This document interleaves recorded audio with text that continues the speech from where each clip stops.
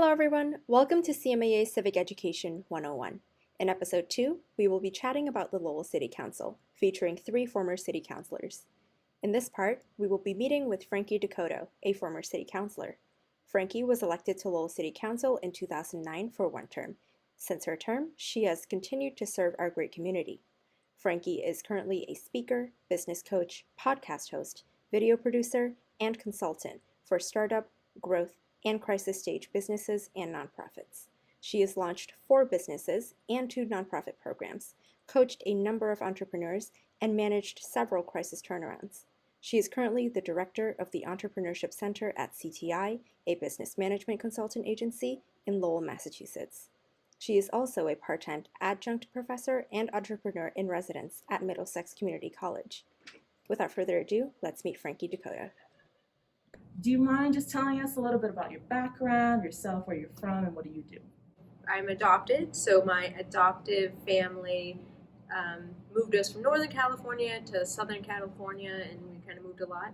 And so my life experience was a lot of transition at a young age, both in terms of family, but also place and location, and that's kind of a lot of interesting backstory about that. And then I ended up going to college in Las Vegas. I went to UNLV. I know everyone's like, wow.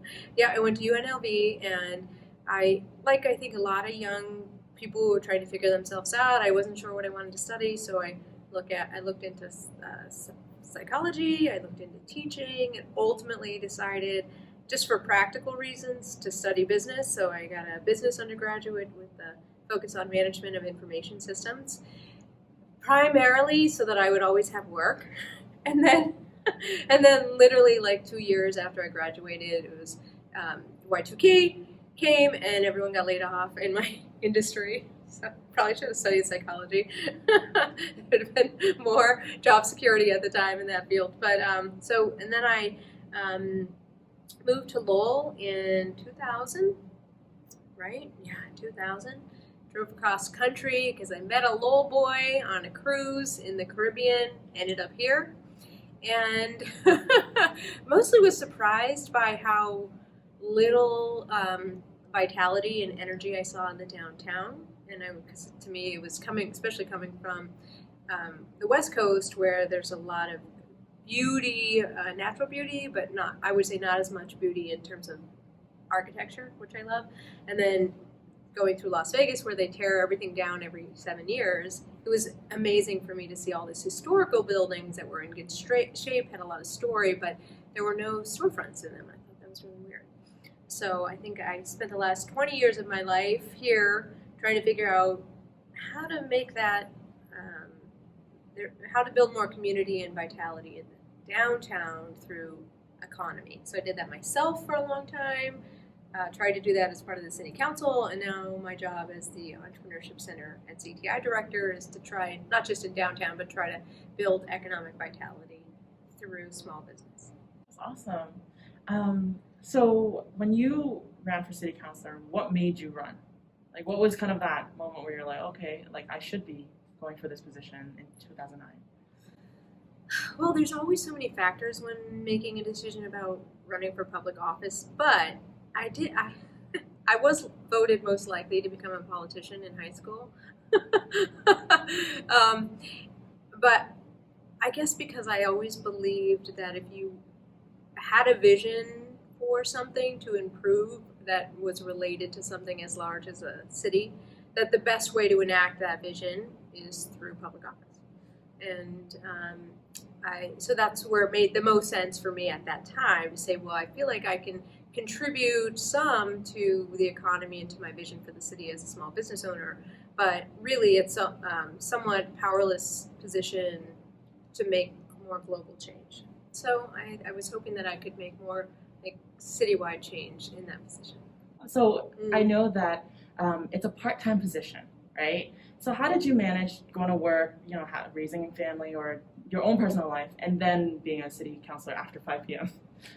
Yeah, well, it's not even an after 5 p.m. job, because although technically it is part-time, your constituents can call you anytime. They're not necessarily feeling like they need to be limiting their communication to you with you on to Tuesday nights, whatever. It really is. You walk into the grocery store, and if someone has a question and they have concern, then they have a right to bring that up to you. So I think that will apply. There's more context about that's going to apply to this question about the new voting system, but it's hard. I think it's almost impossible to really manage that balance. And so for me, my family time took a hit. There was an entire summer I didn't see one of my son's baseball games. So that obviously led to my decision to not pursue it at that time for another term. But it's really, I think if you're doing it well, it's a full-time. Mentally, emotionally, it's full-time work, even if the actual time spent is considered part-time. Thank you. And kind of rewinding a bit back, when you were running, what were kind of those struggles that you came across running within the city? This is probably related to being a woman. I don't know if being a woman of color, but it's very emotionally taxing because people you talk to are going to disagree with you all the time. And it's often it's personal. They don't like you because your opinion is different than theirs. So that was something that I really had to struggle with, is building a thicker skin, I guess. Those are my highlights. Wow. Oh, and you have to raise money. Asking people to give you money to buy advertisements and buy signs it's difficult because you don't want to have to. I could ask someone to give me money for someone else's needs, but it's harder for me to ask for money for myself.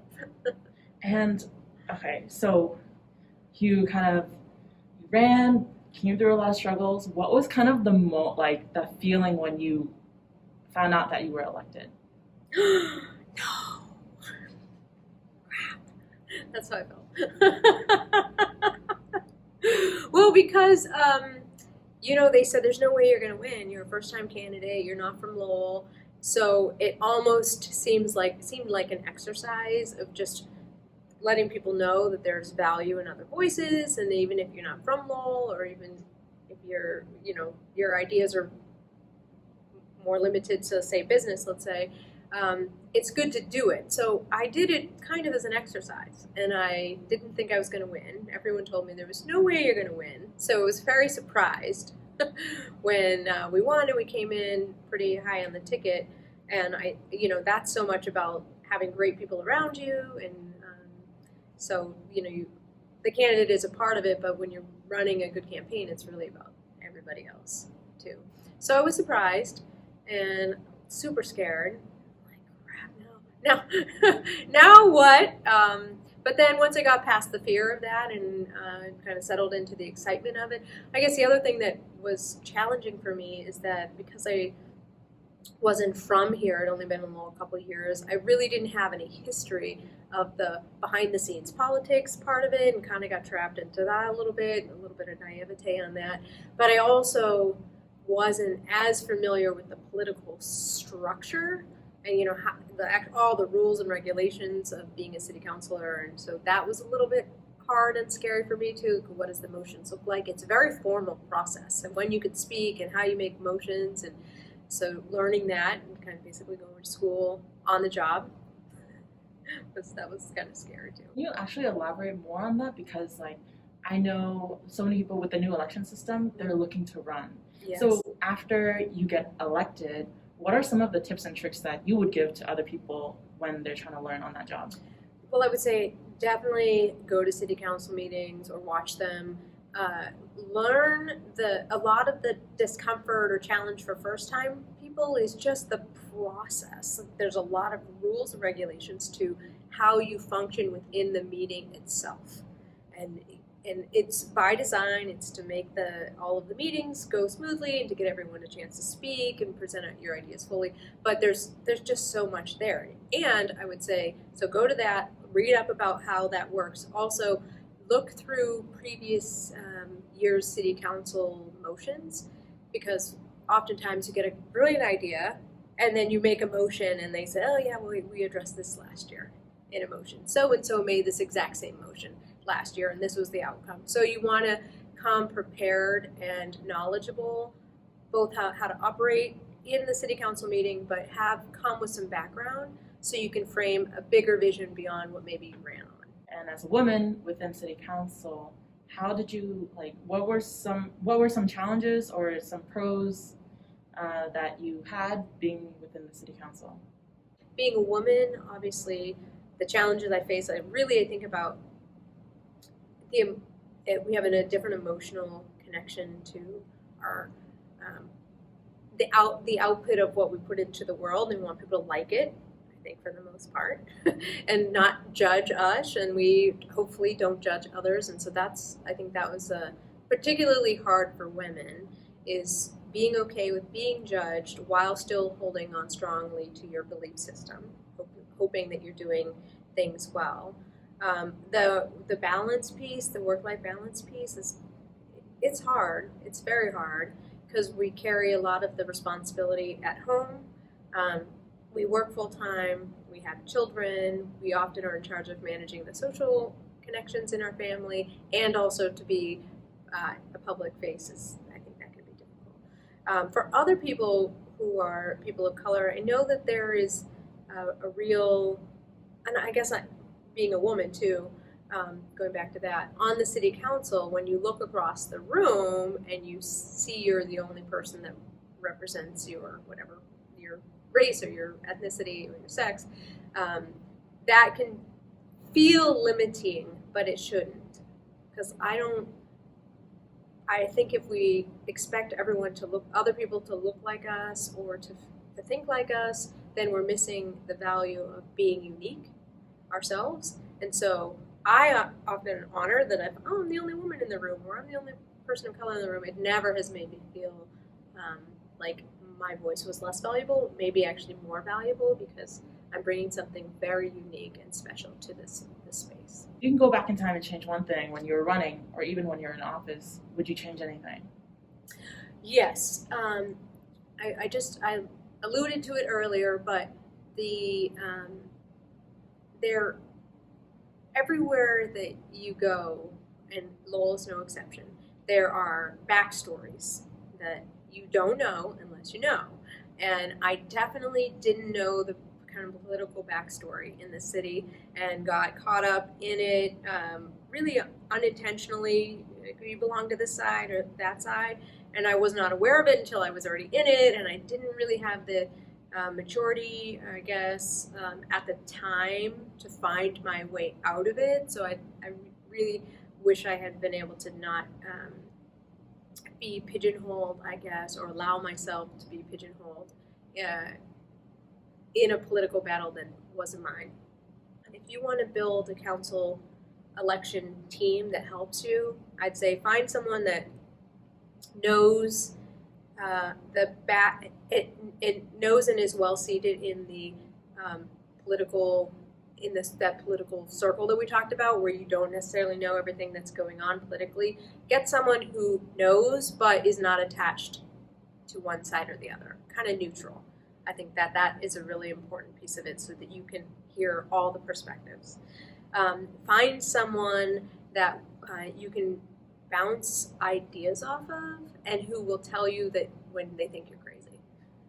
Right? Someone that you trust that can say, no, I don't, not that I don't like that idea, but let's work through that a little bit. Let's make sure that idea is presented in a way that fully represents what you want to accomplish in this city, and who's honest with you. And then find someone who's not afraid to just start asking people for house parties and for raising money.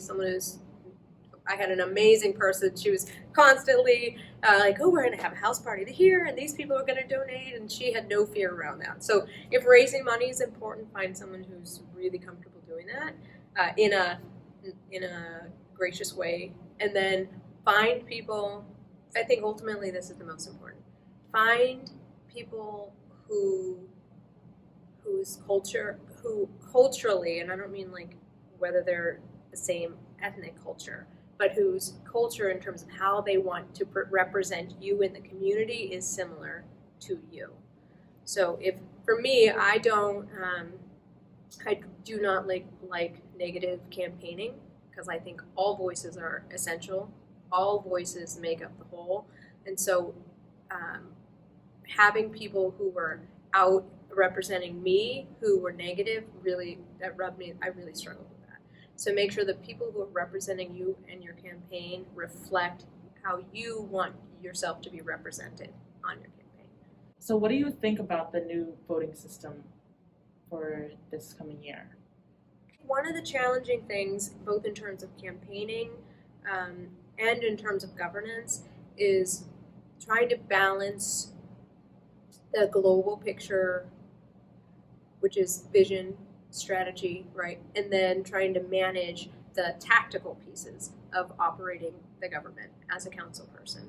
And I do think that there is value in having people representing neighborhoods and areas of the community so that they can understand the tactical pieces of it.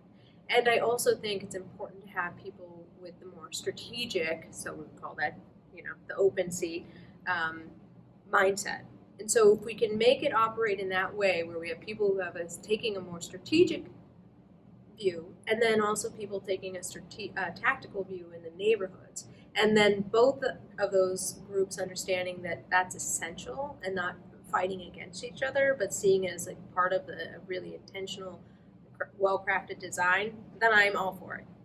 Thank you so much for spending your time with CMAA today, and we really appreciate hearing from you. Thank you for doing this. I hope that everybody watches these and learns a great deal and runs for office. Run for office. Awesome, thank you. Thank you, Franky, for spending your time with CMAA. We really appreciate hearing your story and look forward to the new election system. Next, we will be speaking with our third and final guest speaker, so please stay tuned to CMAA's Civic Education Episode 2.